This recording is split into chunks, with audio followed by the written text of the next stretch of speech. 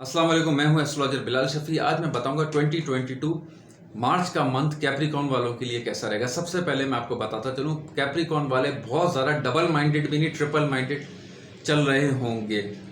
तीसरी चीज़ ये कि अपने काम को लेके, पैसों को लेकर भी बहुत ज़्यादा इनके अखराजात बढ़े हुए हैं और अर्निंग थोड़ी सी कम हुई होगी कैप्रिकॉर्न वालों का, क्योंकि 60 इन पे चल रही है।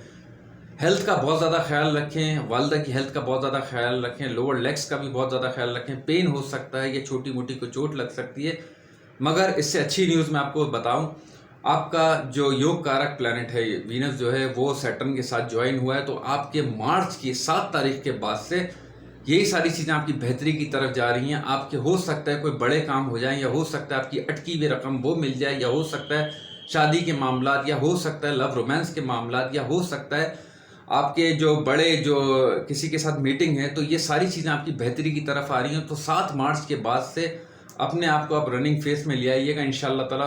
उसके बाद से आप अपने आप को बहुत ज़्यादा बेहतर और बहुत ज़्यादा रिलैक्स महसूस करेंगे।